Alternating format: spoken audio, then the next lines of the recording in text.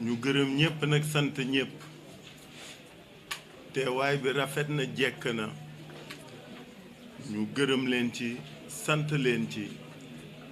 parce que nag jamono bi ñu toll moo ko laaj il faut que le pays se rassemble il faut que nit ñi jokkoo joxante loxo quel que soit fi ñu bokk quel que soit li ñuy def quel que soit li ñu mëne ma gërëm leen bu baax ci teewaay bi wax ne réew mi fi mu tollu tey gannaaw ba ñu sante yàlla julli ci yonent bi sallallahu alayhi wa sallam dañu bëggoon féliciter askanu Sénégal ci taxawaay bi nga xam ni taxawu na ko depuis que la décision de reporter les élections par monsieur le président de la République avait été annoncée réew mi yëpp ñoo dajaloo booloo mànkoo bañ ko nangu di ko xeex nag chaque jour moo tax tey bala ñoo door suñu kàddu dañuy massaw jaale ñi nga xam ne ñàkk nañ ci seen bakkan xale yooyu ce sont des martyrs ce sont des héros de la démocratie sénégalaise de 2021 à maintenant, combien de morts avons-nous enregistrés dans ce pays dans des luttes démocratiques duñu def leneen xeex seen yelleef ak seen droit moo tax ñu ñàkk seen bakkan je suis sûr que ñu nga yeewoo tey aljana firdaws en tout cas yàlla na ko yàlla def parce que eux se sont sacrifiés pour que ñun ñu mën toog fii di wax tey te loolu ku nekk ci ñun waru ko fàtte ma ne xale yu góor yooyu xale yu jigéen yooyu mag ñooñu nga xam ne dañu ñàkk seen bakkan ba keroog bi ma nekkee Fass Gueule Tapée maam góor gi Njaay nga xam ni icône la ci réew mi li mu doon ci réew mi xëy na xale yi xamuñu ko mais képp ku xam sport ci Sénégal xam nga li maam góor gi Njaay tekki ak lan la représenté dafa ñàkk bakkanam ci manifestation yoo xam ne yoonam nekku ci woon ci këram la toog grenade dugg fa rey ko comme ni grenade reyee xale boobu nekkoon ci magasin bi mani ñoo ñëpp ce sont des victimes yoo xam ni benn sénégalais wulu leen fàtte parce que depuis presque 4 ans maintenant que nit ñi di xeex pour que yenn yi bañati fi ne ñooñu dañ leen di war màggal fuñ toll ñu màggal leen yéen it masawu leen journaliste yi sonn ngeen lool daj ngeen lu ne dund ngeen lu ne def nañ leen lu ne ñu di leen masawu mais nous vous connaissons debout déterminés constants courageux et prêts au sacrifice pour que yéen askan wi xam li xew mën bokk mën yëg mën xeex seen baat gën a jolli seen revendication gën a xame pour que démocratie bi gën a dëgër donc vous journalistes merci pour tout pour les sacrifices ñu ngi leen di gazer ñu ngi leen di dóor maa ngi fàttaliku waat seen consoeur bu jigéen boobu j'espère que tànk bi wér na léegi lu ngeen dajul amul en tout cas le pays la patrie vous est redevable de tout ce sacrifice bi nga xam ni moom ngeen nekke moom ngeen di def ñu massawu xale yi góor jigéen ak mag ak ndaw yi ñu arrêté parce que ce régime là je crois que il n'y a pas de régime plus liberticide que ce pouvoir li ñu tëj ci doomu sénégalais góor jigéen ci kaso musu fee am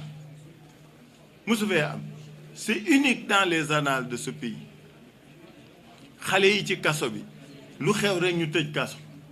lu xew rek ñu jàpp tëj ñooñu ñu tëj góor jigéen mag ak ndaw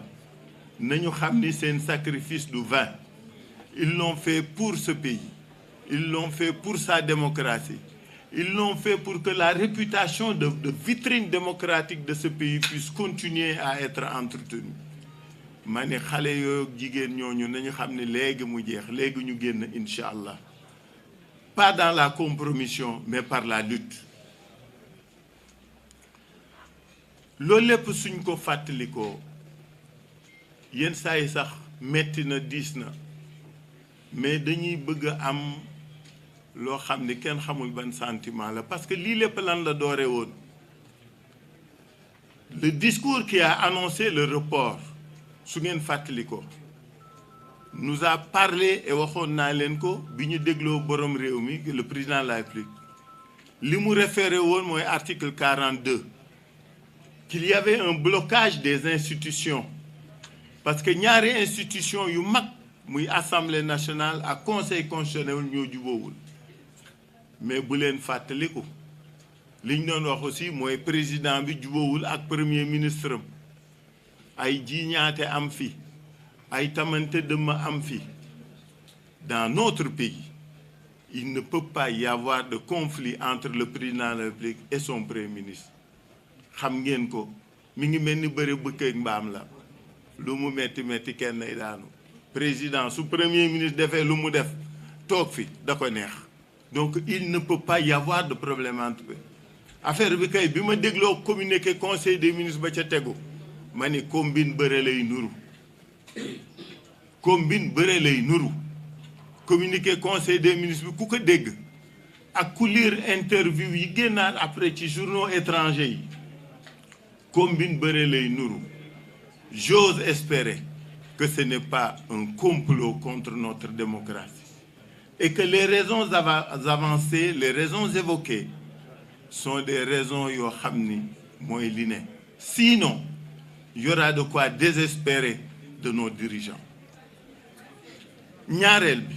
ñu wax ne y a un blocage institutionnel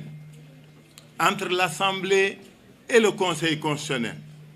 su ngeen fàttalikoo dama ne Assemblée ba muy créer commission d'enquête def na liggéeyam looloo ko war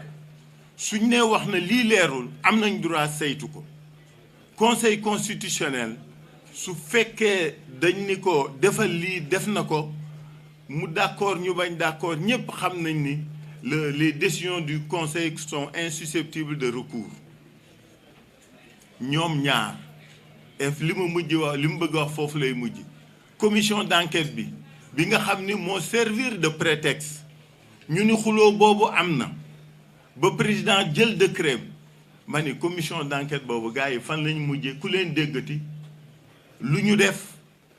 quels sont les actes posés par cette commission d'enquête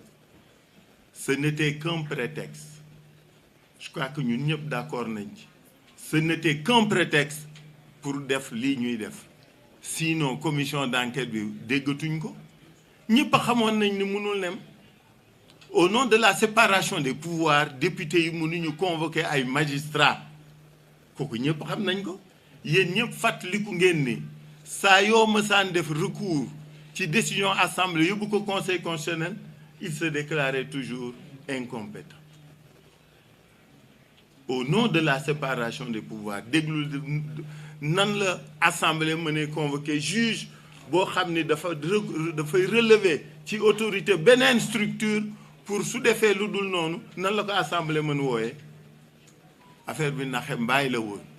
prétexte la woon et je veux que les Sénégalais se souviennent toujours que lu ñuy dal nañuy xool lan la ñuy wund lan la ñuy évoquer comme prétexte comme cause pour jéem a ñu nax parce que loolu la mujj ma ni commission d'enquête bi sosoon lii bi taxoon lii lépp anamu lan la def yan acte la posé qu'est-ce que la loi reportant les élections avait à voir avec une commission d'enquête parlementaire sur des soupçons de corruption alors je veux que ñu xoolaat bu baax pour ngeen comprendre gars yi li ñuy def lan la nuroo dañuy foye suñu xel à la limite on nous prend pour ce que nous ne sommes pas loolu mooy problème aujourd'hui la proposition de loi qui a été votée lu ci tegu on nous annonce une autre proposition de loi